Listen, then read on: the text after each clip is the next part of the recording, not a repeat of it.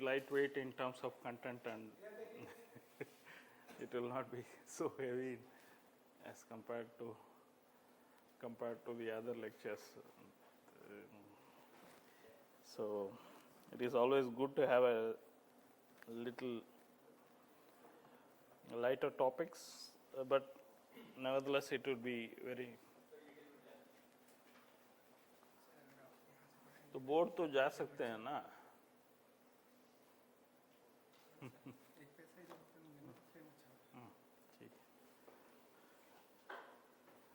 So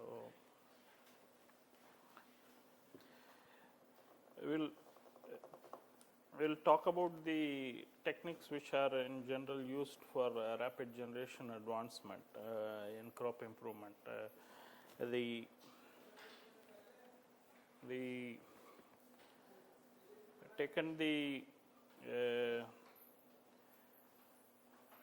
We'll be looking at, this is the brief outline of the talk itself, which we will be discussing about introduction and then how plant breeding has been happening during the past and what is its importance in terms of why rapid generation advancement is necessary, and then the breeding approaches which have been used for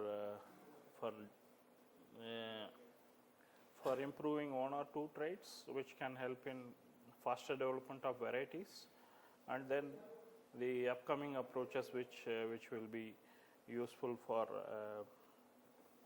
improving the genetic gain as a whole, and then also in improving the turnover time. So in a conventional pedigree breeding, what we are looking at is we make this is how normally breeding happens in most of the crops, right?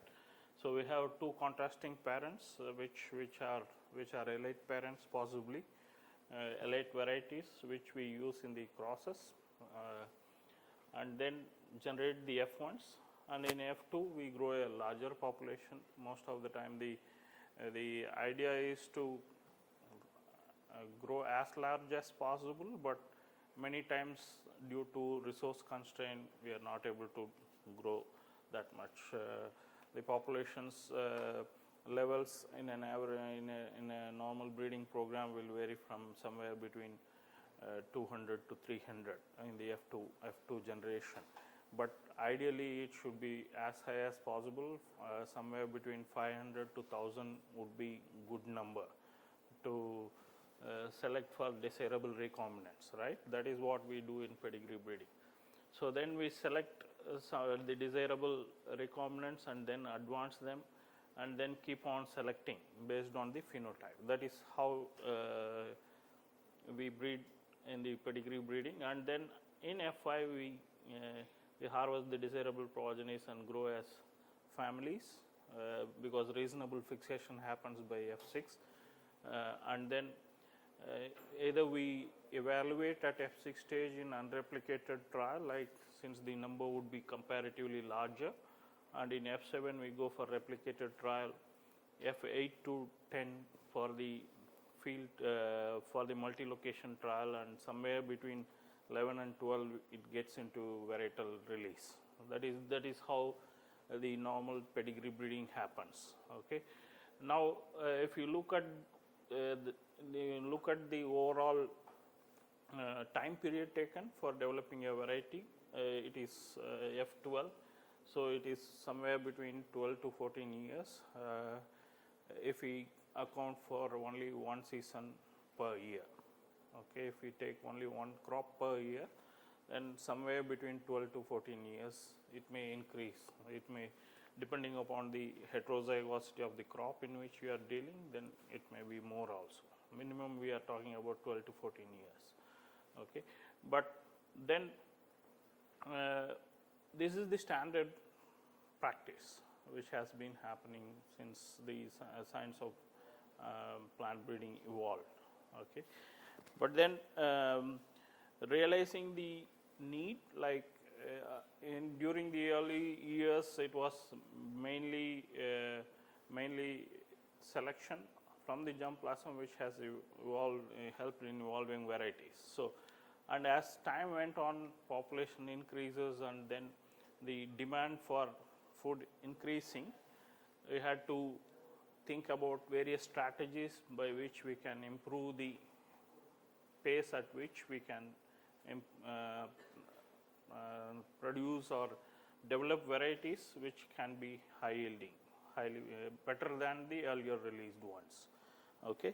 In terms of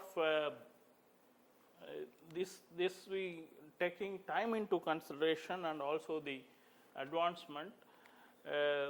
This is the famous equation which was proposed by Lush in the year 1937. Originally, Lush proposed this equation for genetic gain, the improvement in terms of gain in terms of yield or any other trait. He proposed it for milk yield in dairy cattle. Okay. And this is a function of three important parameters. Originally he proposed this equation which is only in the numerator. The denominator, the years per cycle of the crop was later on introduced by Eberhardt in the year 1970, who realized that it is important for the crop cycle or the number of crops which can be taken on a year to increase the genetic gain in a given span of time. The genetic gain is a function of selection intensity and selection accuracy and the additive genetic variation in the population which we are dealing with. Okay. The selection, if you see this equation, it can be the genetic gain can be increased through increasing the selection intensity and improving the selection accuracy, and also any of these parameters, if we can increase the values, then we will be able to. But then they have their own bottlenecks. Like if we increase the selection intensity, the number of selected individuals or the parental lines would become very less. So the variability within the population which is being generated becomes constrained. So then we are narrowing the genetic variability. Even if we need to, so we have to keep that in mind. Okay. And selection accuracy, we need to conduct multi-location trials, improve the heritability. We had seen about the genotype and environment interaction, right? So if you are growing in a single location, you are able to capture the genotypes which are performing in a given location. Multi-location can help in negating the environment by genotype by environment interaction, but then it would involve resources also. Each program has a defined set of resources. Okay, and so it cannot be increased beyond a certain level. Okay, and the additive genetic variation, it is a component which we don't have holdover, but then we will have to take this also into consideration while improving the genetic gain. So if we take all these into the earlier pedigree breeding, this is overall a single cycle. Okay, the genetic gain over the parents or the existing population, it takes 12 to 14 years. You can imagine like the time period involved in improving over these ones, elite ones. One's lifetime, possibly 2 cycles can happen if we go at this pace. Okay, so Eberhardt rightly suggested that the number of years taken per cycle can be one parameter which can be tinkered, which can help in improving the genetic gain. And this is what is called as the breeder's equation. And if we increase the number of seasons or number of crops taken per year, then the denominator, we can achieve what we are achieving in 14 years. If we take 2 crops, then we can achieve in half the year, 3, then proportionately it reduces. Okay, So these are the different techniques which have been proposed and which are being used in different plant breeding programs. Mutation breeding and marker-assisted breeding are the two standard ones, wherein we are looking at using the first two techniques, mutation and marker-assisted backcross breeding, to eliminate any undesirable feature of an already popular variety. This has been dealt in detail, right? And whereas single seed descent proposed by Golden, shuttle breeding, double haploidy and speed breeding looks at evolving a altogether new genotype by utilizing the more number of, by growing more number of crops per year. Okay, so we will look into each one of them in detail. Typically, mutation breeding can help in eliminating a specific defect. The mutations are induced in a otherwise popular variety through any of the mutagenic agents. The most commonly used one is ethyl methane sulfonate, but among the physical mutagens, gamma rays are one of the most popular ones. Inducing mutation and selecting desirable mutants can help in bringing down the number of years to somewhere between 7 to 9 years from the original pedigree breeding. Okay, but then it cannot improve. Both marker-assisted backcross breeding and mutation breeding cannot help improving the yield levels. Okay, it is only addressing the specific defect in an already popular variety. So it is improving resilience under a given system, either be it pest or for abiotic stress tolerance, biotic or abiotic. But so the example is Eldon Gano 1, which has released, which was produced through gamma ray induced mutation for UG99, a race of stem rust disease, which was becoming taking up epidemic proportions, especially in Africa. And a huge program went in addressing UG99 in wheat, because most of the cultivars which were available then were all susceptible to this race. And a global effort was mandated, wherein germplasm from across the world was sent to Kenya to screen them against UG99 race, and it was spreading, and it had spread from Kenya to Egypt to it was reported even parts of up to Iran. But then varieties which were able to resist or tolerate UG99 were available in different countries, India being one of the major contributors for that. We were able to contain that. But nevertheless, mutation breeding gives an option. The only thing is, when we create mutation in a given variety, the mutations induced are not only for the traits which we desire, but there will be several other mutations which is happening in the background. So we will have to eliminate those by selfing, and then picking up only the ones which are desirable for us. Okay. The other way around, if we need to have complete isogenicity with the variety in question, then we make additional backcrosses also sometimes.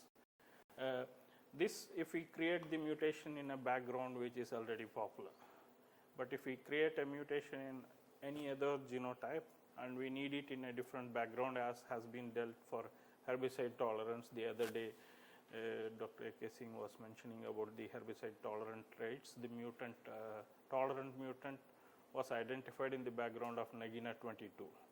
Then we follow a typical marker-assisted backcross breeding in order to introgress that trait from a donor parent into a recurrent parent, which is otherwise popular cultivar. This has been explained in detail, I suppose.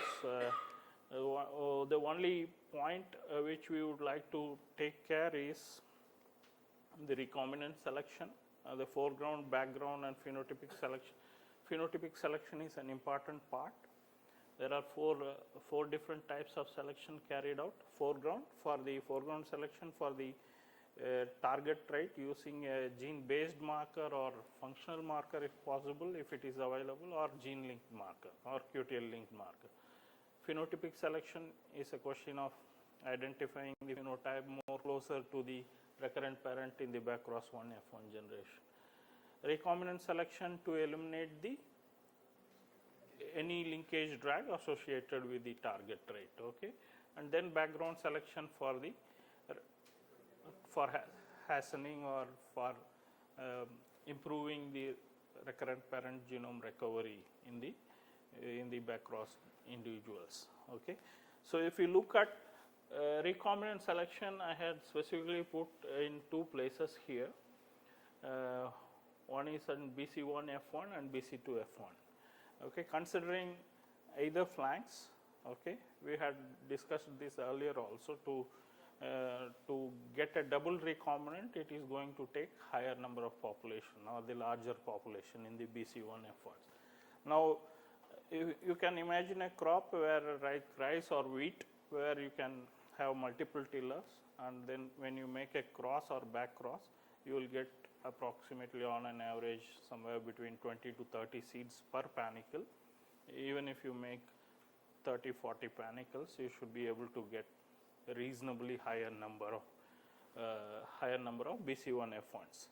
Okay, and if we consider that the target gene is only one, so if you have 500 individuals BC1F1, if the foreground selection is for a single gene, then half the populations are going to be negative and half of them heterozygous, right? So 250. Out of 250, based on phenotype, you can reduce the number based on the phenology, looking at the plant type, looking at the flowering duration, if possible grain type. All these will help in reducing the number further. Recombinant selection, so when it comes to recombinant selection, the number comes really down, and even at a recombination distance of 5 centimorgan, we are looking at identifying only 5 recombinants out of 100 individuals, right? So with 100 BC1F1 possibly positive out of 500 which was generated, we are looking at identifying only 5 recombinants on one flank, right? If it is another 5 centimorgan on the another flank, it would be another, for that flank it would be 5 individuals in that 100, okay. But if we have to get a double recombinant, so 5 by 100 into 5 by 100, it would be only 25 per 10,000. You cannot produce such a huge number for doing recombinant selection in the BC1F1, virtually impossible. So it is advisable, if possible, to do a recombinant selection on one flank in the first backcross generation and in the second backcross generation on the other flank, so that the recombinants can be identified within a manageable number. Now, the question is, we are talking about a single gene. If we take 4 genes, 2 blight, 2 blast genes in case of rice, then the proportion out of 500 would be 1:1:1:1. The 2 gene heterozygotes would be 1/4 of 500, which would be 125, right? And based on phenotype, it reduces further. So the numbers would really come down. So in those cases, and also in some cases where we don't have the option of producing such a large number of backcross individuals, like you can imagine in a leguminous crop like chickpea, if you make a cross hardly 2 seeds or 1 and take into account the flower drop, producing that number of backcross 1F1 individuals is going to be really challenging. Under these situations, you can think about postponing the recombinant selection to F2 generation. In the selfing generation in BC2F2, you can practice recombinant selection, wherein self seeds you can get a reasonably higher number of seeds, so the population which can be grown can be higher. In many cases where you are not able to practice recombination in BC1 and BC2 F1s, it is better to adapt here, where you will have literally a larger population to select out for the recombinants. Okay, it would depend upon the number of genes which are being transferred, the population size, the crop in question. So in biology, there is never a single solution for all the situations. Each situation advises needs a specific solution. Okay, so if you are working in a particular crop, you are the best judge to judge what to do where, but you should have an idea of all the things about the crop, about the gene you are dealing with, about the drag if possible, because now with many traits which are mapped in different crops, you know the genomic location and also the associated genomic regions, which is good enough. So in some cases, if the donor parent is an elite genotype, if it is a good variety itself, okay, is a donor parent, then you need not think about linkage drag to a large extent. You need not worry about it. Okay, so if you have a good idea about the crop itself, it is a good situation to decide on what to do when. Okay, there is no one-stop solution for all the different kind of scenarios which happens in breeding programs. Okay.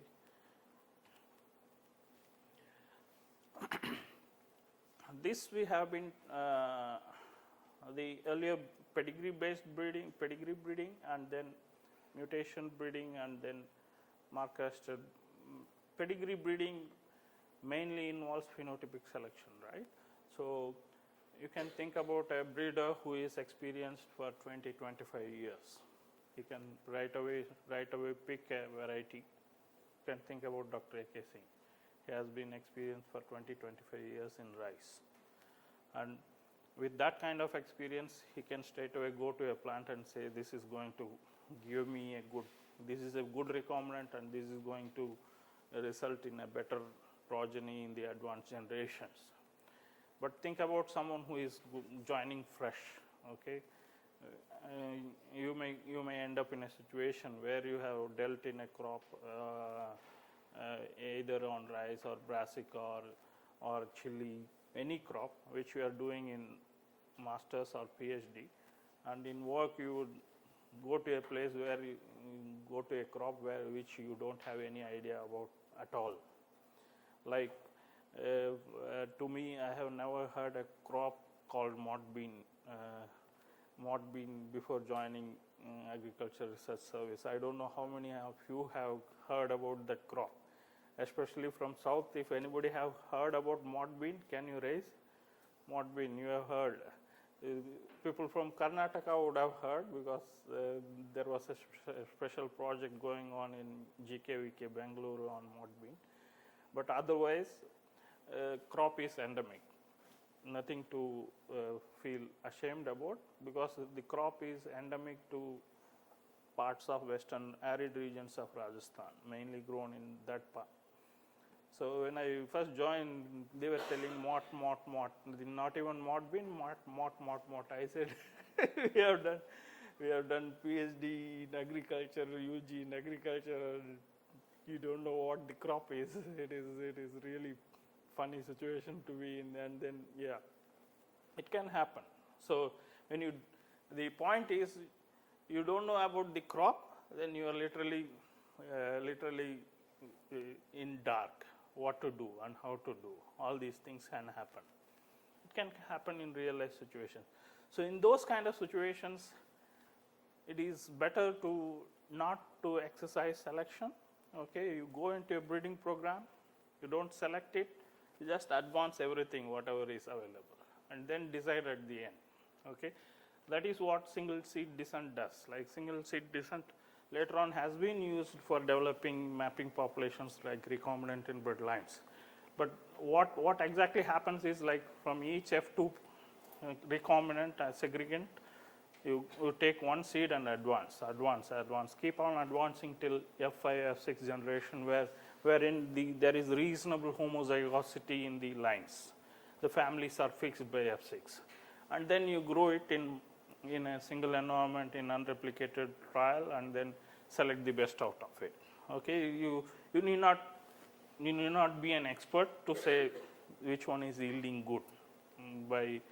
By taking recording data would be one way to do it, right? So this is a method which can be helpful in those kind of situations, right? And so, but the major disadvantage, and since only one seed is being advanced, it can be taken up in relatively smaller areas. The area required to advance can be very less, and then there can be stress imposed on some species. The population stress can create a situation wherein it can advance flowering. Okay, that can also help in these kind of situations.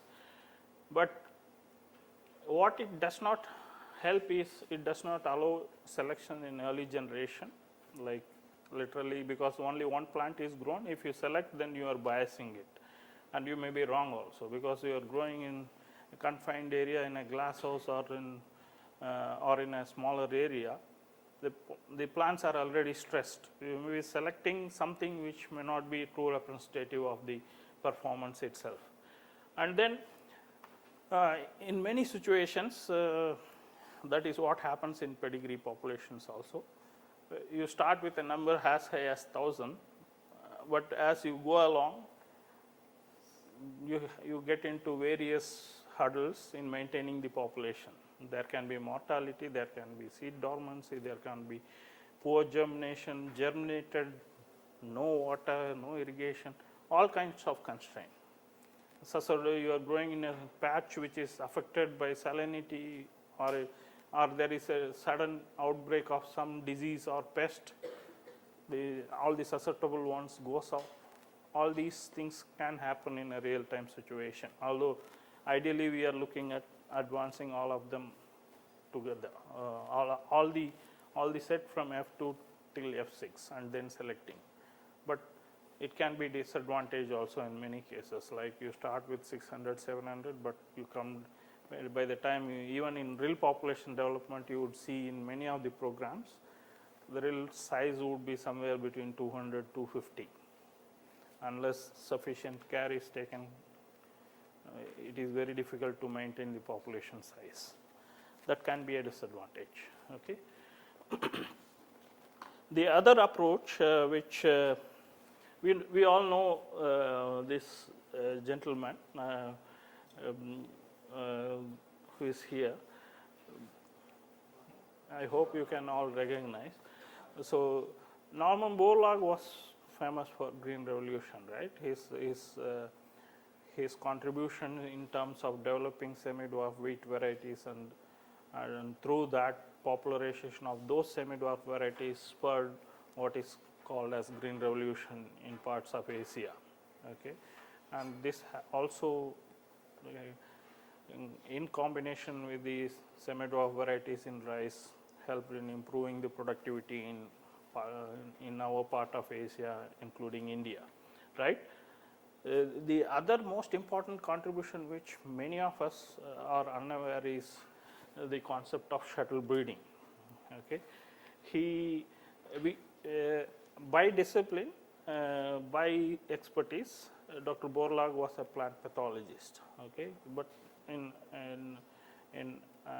US and other developed countries, you get a degree in agronomy, not in specific disciplines like pathology or genetics and plant breeding. So he joined CIMMYT, and then he joined the program which was funded by Rockefeller Foundation then. Then when he joined, CIMMYT was not even existing then. Like Rockefeller program on improving wheat was there. Rockefeller Foundation was a philanthropic organization which has funded many huge programs, including the establishment of CIMMYT and IRI. Okay, so he thought about the idea like he thought about the idea of till the point he joined the program. There was only one crop which was grown in these highlands, only one crop per year, and then literally nothing after that. Like you select and then you do whatever other parameters which can be possible in the lab, and then there is nothing else happening. So he thought about the idea of shuttling, going to another location where the weather conditions are conducive for growing wheat crop. So from Toluca, he moved to Obregon, okay, wherein it is this place is in the north, which is at sea level, and this is in the highlands. It is in the uphills. So in summer, it was the wheat crop was grown in the high altitudes, and during the winters, it was grown in the nearly at sea level. Okay. Although the idea was only the Dr. Borlaug himself confesses the idea was only to take up 2 crops. Okay, but then the advancement happened very fast. Like 2 crops per year, you are almost reducing the time period to half, right? But then the 2 different conditions in which it was growing gave several advantages. The disease scenarios in both the situations were different.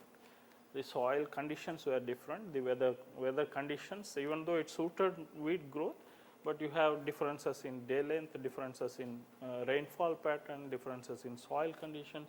All these helped in developing developing what is called as a strategy wherein rather than simply speeding up the breeding process, it also helped in developing genotypes which are adapted to different situations, having wider adaptability. Okay, since selection was happening in both the locations. Okay, so this gave both genotypes or help developing varieties at half the time period, and then also with wider adaptability.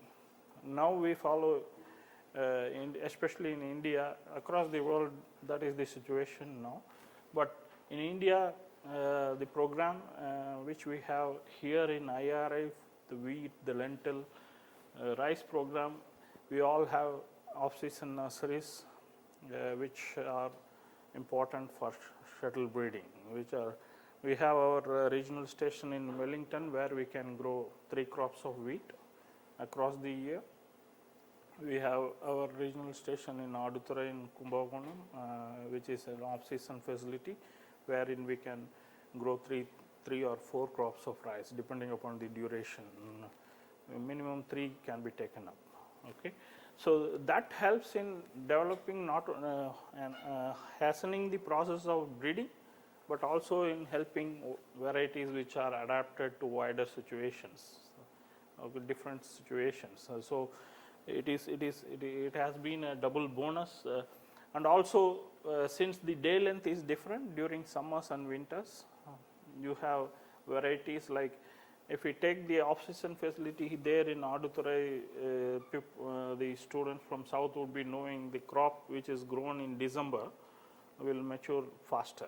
It is hardly 4 months crop, right? Whereas the crop which is grown in August will take 6 months, even in eastern India. It is this situation. The advantage is during the regular Kharif season or monsoon season, you have varieties which are photosensitive, which will flower and which can take up the whole period. Whereas during the off season, the highly photosensitive ones wouldn't flower at all. They will not flower. But mild photosensitive ones, they can flower faster. Okay. So through this process of settling, a degree of photoinsensitiveness is also brought in to the varieties. Okay. It is possible to bring in that. So that is another advantage of shuttle breeding. Double haploidy helps in fixation of genotypes at a much faster pace, and the The major drawback is the recombination is limited to only one cycle of recombination, which happens in double haploids only in the F1 generation. So the variation is generated only in the first cycle of recombination. So it is very, very important to select the parents. The parents should be really appropriately selected so that you are able to get the desirable recombinants within one cycle of recombination. And not all the genotypes in a given crop is responsive to haploidy induction. Although there are techniques which are coming up, which are coming up in a very advanced techniques like SNH3 mediated haploid induction, but not all are equally responsive in terms of responding to it. It has been demonstrated in Arabidopsis, wherein SNH3 modification of SNH3 can help in inducing haploids, which can be used in fixing the genotypes at a faster rate.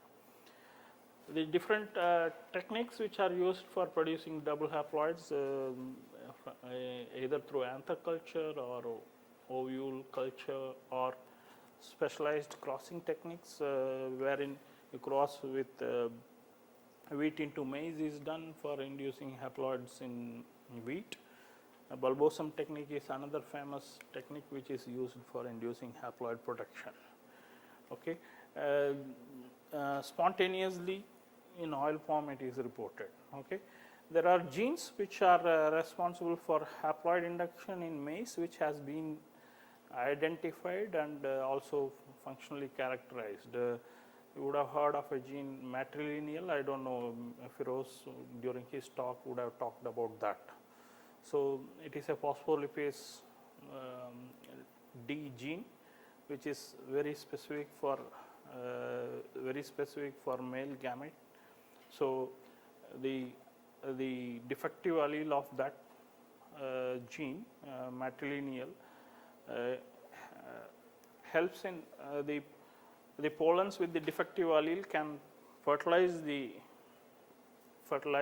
resulting in production of an embryo, but then after fertilization it does not contribute the chromosomes. It is selectively eliminated.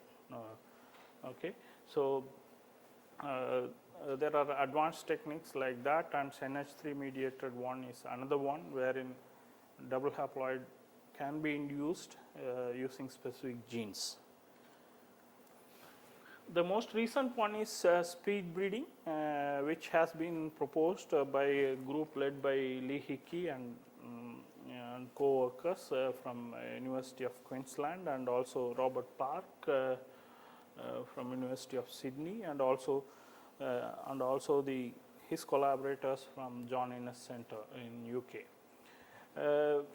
We all know that wild species of wheat, we tend to grow under extended daylights. We would have seen wheat growing with the yellow lights over it, right? So at UQ, Ian Lacey and Mal Hunter, they experimented with using sodium vapor lamps to advance the rate of growth in wheat. Okay. And they were able to reduce the duration of wheat, okay, by from somewhere from 140, 150 days to hardly 60 days, 2 months period. Okay. But then scientifically you had to establish different parameters. That is where Lee Hickey put his effort in scientifically demonstrating something. Earlier also in one of the lectures you heard that people have been selecting, Dr. Talukdar said, like, people have been selecting for submergence tolerance through phenotyping, but they didn't know what was the underlying mechanism. Unless an experiment is carried out within a set parameters and then all proper data is recorded, it is very difficult to attribute the performance to that particular parameter. So these people developed the protocol, okay, wherein the crop duration could be reduced to 60 days. The wheat crop, they have also done it in oat, lentil, chickpea, all crops. 60 days you get from seed to seed, and hardly in pro pots, pro trays, so you can grow larger population in a single glass house. And the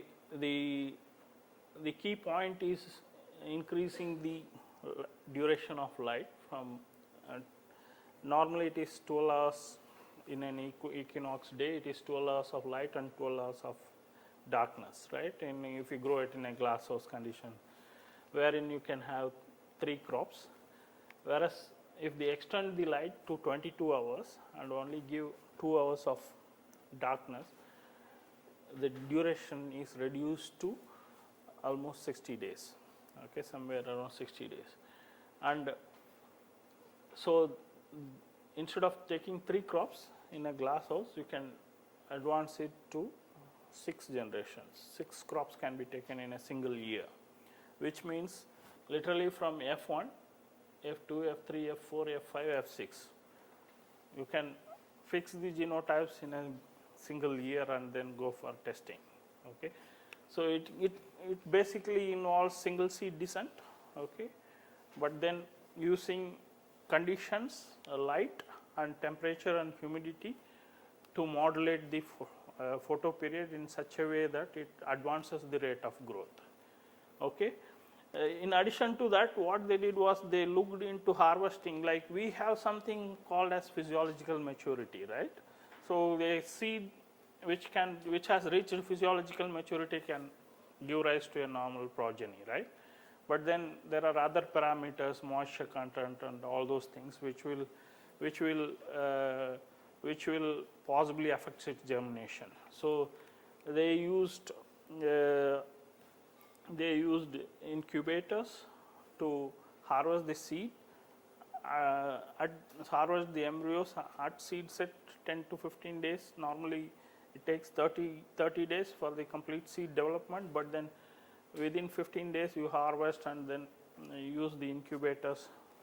Even though the seeds are shriveled, but then all you need to do is advance it, so you are not worried about the quality at that stage. So this proved to be a good one, and it works in spring wheat, winter wheat, durum wheat, spring barley, canola, all these crops.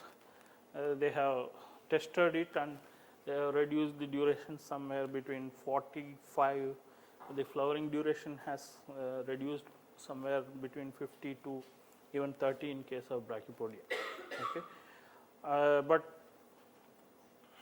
this is the comparative picture. This is a crop which is 112 days after sowing, whereas the one which is grown in a speed breeding chamber or the glass house, it helps in reaching the flowering flowering phenology stage within 56 days.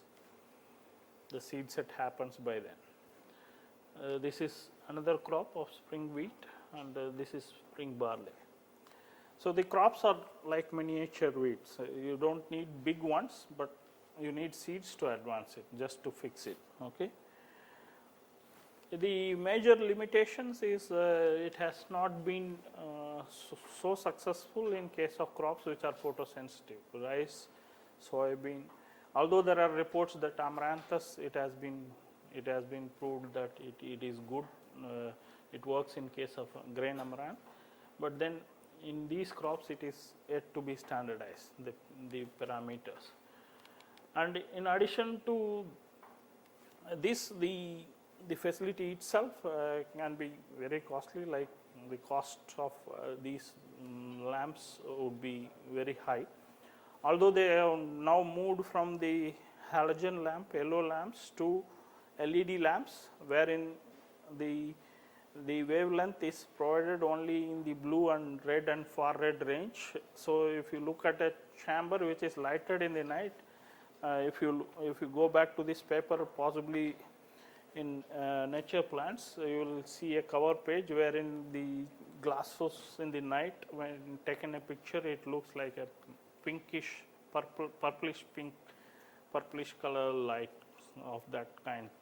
So the wavelength which is needed for effective photosynthesis is provided at a completely reasonable cost without generating heat. Sodium vapor lamps create a lot of heat and lots of energy is consumed. But now LEDs are available and they have gone on to the next generation with LED lamps and only providing wavelength which is necessary for the plant to grow, accelerated growth. Okay, and it needs a facility which can be controlled facility. Compared to shuttle breeding, the difference is shuttle breeding has its own advantage. It helps in capturing the genotype by environment interaction. When we grow in different environments, it helps in getting a genotype which is widely adapted. Whereas here it is grown in a single environment, literally fast paced. It may not be as adapted as possible. Okay, that is one concern. The second one is the cost involved is huge in this case. Whereas there also shuttle breeding also the seed transportation cost, growing the plants would be costly, but we are already adjusted to that kind of system, right? And then here there is no scope for selection to be exercised during the advancement, whereas there, but there is still scope because you can inoculate the plants and select for disease resistance or pest resistance, but the extent to which other phenotypic traits can be selected are still in question under this.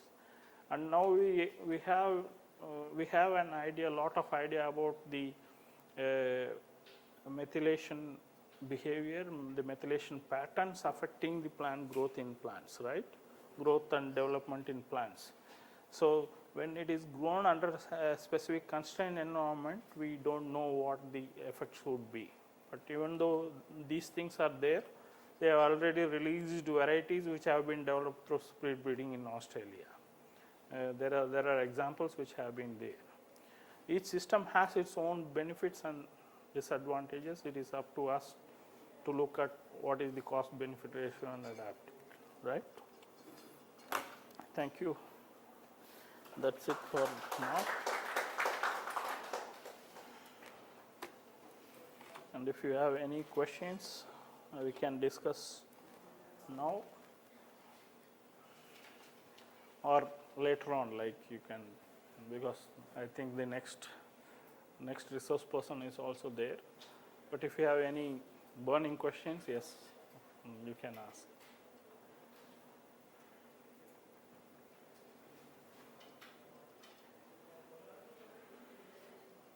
Yes. In case of marker-assisted backcross breeding, we always mention about linkage drag.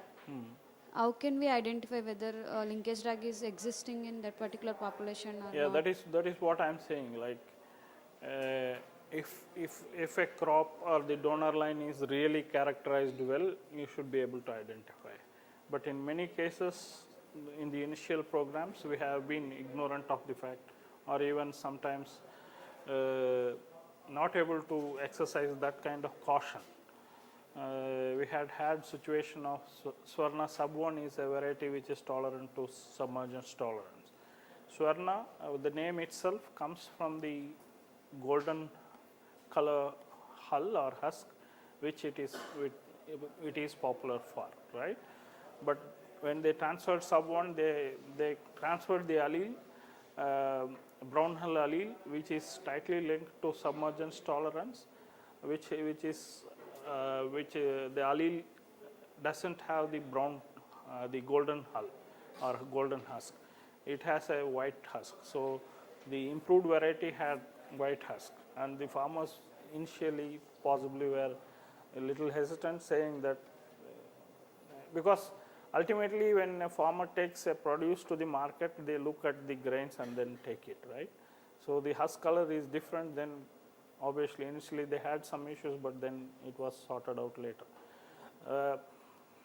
Many times, if it comes from an allied donor, fine. There are some positives which can be, rather than linkage drag itself, it can be a linkage disequilibrium kind of situation wherein you have favorable traits coming along with the trait which you are interested in, which you would like to use it. But then a drag is something which you don't need. So as a precaution, always recombinant selection is carried out. But if you are in the backcross generation, if you are vigilant enough during the phenotypic selection, you should be able to eliminate any drag associated with the trait. But there have been situations in the past, we had heard about the QDTY 1.1 and SD1 also, like we have not been aware of those situations. Many times it happens such that even though the crop genome is known, genes are characterized, there are some traits which we inadvertently progress during the backcross breeding program. Although that can be corrected by another backcross with the recurrent parent, and then you should be able to eliminate it. That is possible. As such, very difficult to tell unless it has been thoroughly characterized. That is why during functional characterization, there are two possibilities. One is through development of nils isogenic lines itself for functional characterization of genes. The other one is through transgenics. Okay, so if isogenic lines are developed, then it helps in addressing all these issues. If you have a perfect isogenic line for functional characterization of a particular gene, then you have already eliminated all the associated drags which are associated with the target gene or the target trait. Yes. Yes. Yeah. Sir, which can be the most appropriate technique for accelerating plant breeding program in fruit crops? In fruit crops. Yeah, because most of the techniques like shuttle breeding and speed breeding won't work there. So how can we decide? Speed breeding is one technique which can be very, very useful in perennial crops. But then Sir, but then there are some cultivars, or there are some plants which are day neutral or short day plants, and how we will go? That is what, like, so in those cases it is the plants are grown such that it attains the stage at which floral induction can happen, and then you speed up the process. That is the only way you can do. You have to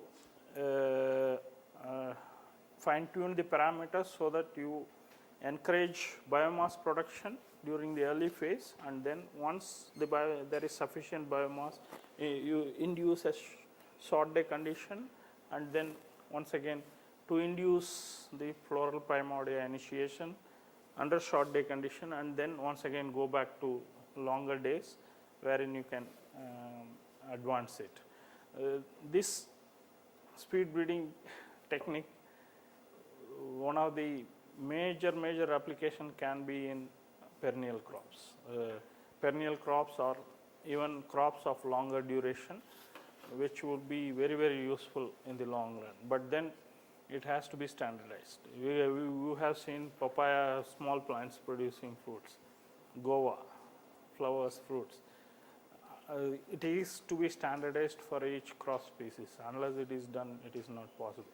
That is one. And as I said during the earlier discussion the other day, in the fruit crops, there is not much which has gone into fixing the genotypes in terms of homozygosity, because you have other means through which you can reproduce, cuttings, vegetative propagation. So that is an advantageous situation to be in. Like you can identify the stocks which are producing superior recombinants and then cross with that, and direct F1 is your variety. You need not even think about fixing them further. But then if you have to map, or if you have to understand the trait, genetics of a trait, then you will have to get into developing homozygous lines and then doing it. Or if you know the recessivity and the dominance of the trait, the relationship. What you can do is you can, Dr. A.K. Singh also mentioned about crossing between two genotypes. You cross it with a genotype which is homozygous recessive for that trait, and cross the heterozygous one with the homozygous recessive one, wherein this kind of situation is called as pseudo test cross. It is not actual test cross. You don't develop the F1 and then back cross it to produce test cross, but then there are natural variants available which you use it for studying the segregation, and that. It is very popular in case of eucalyptus and poplars, the pseudo test cross approach for mapping the traits. That is possible there. And sir, how can we minimize the breeding period for alternate bearing plants? Yeah. The idea would be, it is going to be tough, but then even in those species you have genotypes which has continuous bearing, right? Yeah. So someone has to start making an effort, sincere effort in terms of crossing them and looking at studying the genetics of those traits, and then mapping them so that it can help in developing varieties which can have continuous bearing. Yeah, that is the only way out as of now. Otherwise it is always random, like you cross something, you get good, you are lucky, you don't get anything, you forget about it. So it has been happening that way for a long time. So it is always good to have a systematic approach. Someone has to start. Saying that perennials are long breeding cycle is very long is only an excuse, but if someone starts, it can make a real difference in terms of and our understanding of different traits in those crops, and then yeah. Thank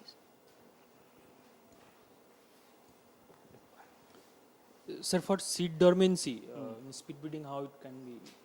Because in seed dormancy, Yeah, the species in which the dormancy is there are different techniques which can be used for breaking dormancy. That is the only way out. And in most of the cases in elite cultivars, I think we have done away with dormancy in most cases. That we are getting into the other extreme of dormancy where it is pre-harvest sprouting in case of crops like wheat and all. So it has been to an extent unconsciously eliminated during the breeding process itself. But then if dormancy exists, there are ways through which you can eliminate dormancy. Like in case of spring wheat or winter wheat, vernalization requirement is there. So you do vernalization to induce flowering, right? So such kind of dormancy, the treatments for breaking dormancy is available. That is one way out. Or else you have to be clever enough to select genotypes which are non-dormant. That is the only way out. Yeah. sir, and for seed development, as we are reducing the time, so seed development will be very less. And it will affect germination process. So no, that is what we are not looking into harvesting and using it for consumption purpose at all. The idea here is only to advance. So you need a plant, a seed which can germinate, that's all. Once it germinates, it has its root system, you can supplement with nutrients, no problem at all. Even there are systems, hydroponic systems nowadays developed in different crops wherein they supply nutrients through hydroponics only. They grow the whole breeding population in soilless cultures and then advance it in crops like rice and all. Like in many multinational seed companies do that. And also in international rice programs also it is very much in practice. Rapid generation advancement in field also is feasible. Like field also they take 3 or 4 crops very easily.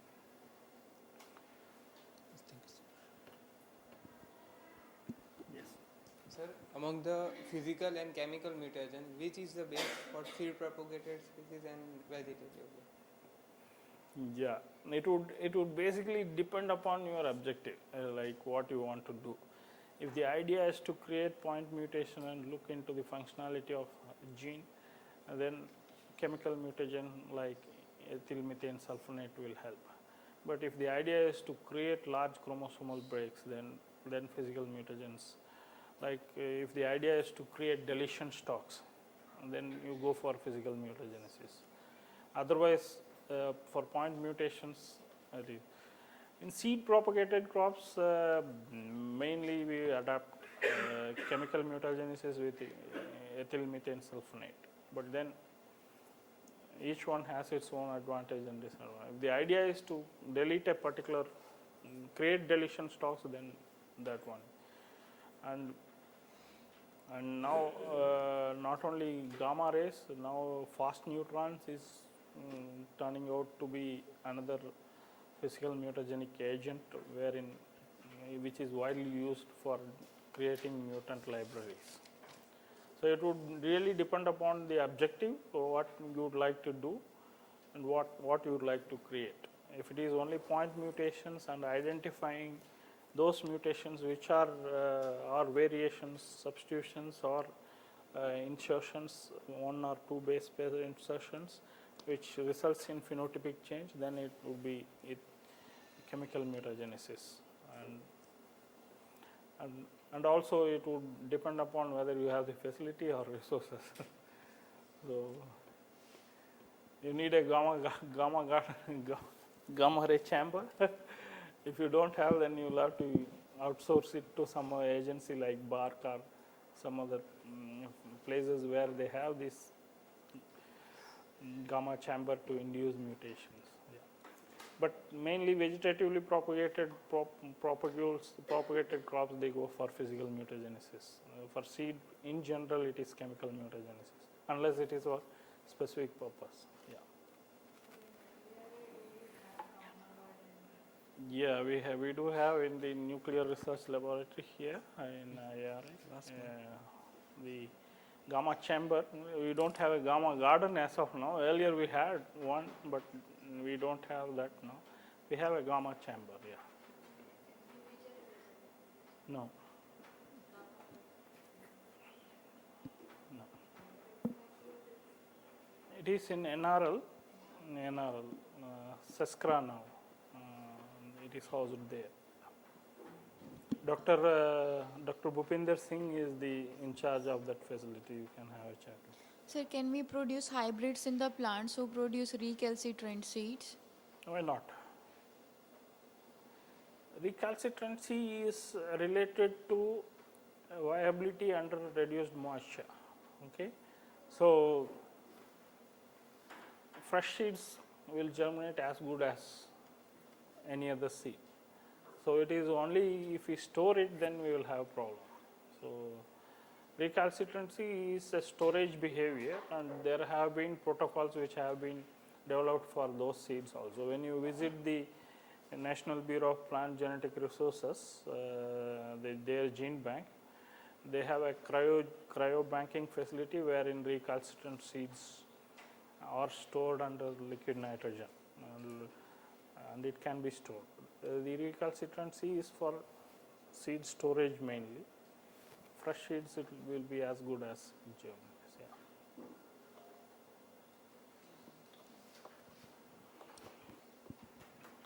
Sir, why we can get higher yield in case of mutation breeding than the variety we considered? Sorry? Higher yield in mutation breeding from the variety we considered for gamma radius. It is possible. If it is possible, but the idea is to eliminate the defect of a given variety. So if it is susceptible to disease, create a resistant version. It is not necessary that you won't get a high yielding one. But if the purpose is for getting higher yield, then yes, it is possible. It is possible. But the major objectives of the mutation breeding ones is to address a specific problem like shattering or susceptibility to a disease or pest. That is what you are looking at. But in many cases, you do get mutagenesis is a completely random process, you know. It is non-random actually. It is non-random and non-selective also, so it can happen anywhere. So it is only a question of hit and miss. But yes, we do have tools which the other day Dr. Amitabh was talking about, where you have site-directed mutagenesis. You know a specific gene which is governing a trait. If yield trait, then you can induce mutation and use it. Yeah, can induce mutation through site-directed mutagenesis or CRISPR-Cas9. Later on, you will have a talk on base editing as well by Professor P.K. Gupta. He will be talking about inducing mutations in bases by editing bases rather than the gene itself. So it is possible. I didn't mean that it is not possible. I meant if the idea is to eliminate a defect, then it is mostly tolerance to stresses or any specific trait. Sir, Yeah, even in marker-assisted backcross breeding, for that matter, if the donor is for high yield, then you can improve the yield. That is possible. Yeah. Sir, is there any technique for rice in field for RGA? In field, yes. Field condition. Yes. It has been. We have RGA for rice, which has been pretty much standardized. You grow the plants in very high density, and don't allow the tillers. You grow the panicles in raised beds and in high density, and try to avoid tillering by growing in either in high density, or if you transplant it, you cut and remove the side tillers. Then stress is induced. Stress is induced either due to high density plants in panicles, like you create raised bed nurseries. Normally we do that, right? So in that you take up sowing of the entire panicle at very close spacing, and this helps in inducing early flowering and also reducing the duration. So at IRI and at Bangladesh Rice Research Institute, they are following this field RGA, wherein populations are grown at very high densities just for advancement. You just harvest a single panicle and advance it, that's all. Panicle to progenies at high density. There is, if you search for a paper on RGA in rice, you will be able to get. It is by Collard and co-workers from IRI. They have written a paper on this. And also a very recent review in TAG by Joshua Cobb and his colleagues in Theoretical and Applied Genetics, where they talk about genetic gain in public breeding programs. They discuss field-based RGS for rapid generational advancement in rice. In many crops which are major food crops, people are already doing it in one form or other, but for other crops which are less studied, it needs to be developed, like the parameters have to be developed to address it. Yeah. This will be the last question, and then we will break for the next one. Yeah. Sir, I have heard that from rice field, methane emission is the most which contribute to global warming. Is there any facility to reduce methane emission from rice field? And are we doing something to reduce methane by changing the architecture of plant? Yeah, very interesting question. Yeah. We don't have any specific facility as such, but yeah, if you have to record data, yes, it is possible to record methane emissions, and facility at CESCRA, they are doing it in paddy fields. But as such, the very reason for rice being cultivated in anaerobic situation is to reduce methane emission. The nitrogen applied under direct seeded may lead to more methane. It is not because of the rice itself, because of the associated microbial microbes which are there in the rice ecosystem as well. But yes, rice also contributes to a larger extent, but there are really very less studies which has talked about the genotype variation for methane emission. No, we haven't gone to that extent. In any case, there is emission, but then the genotypic variation within rice for methane emission has not been studied in that detail.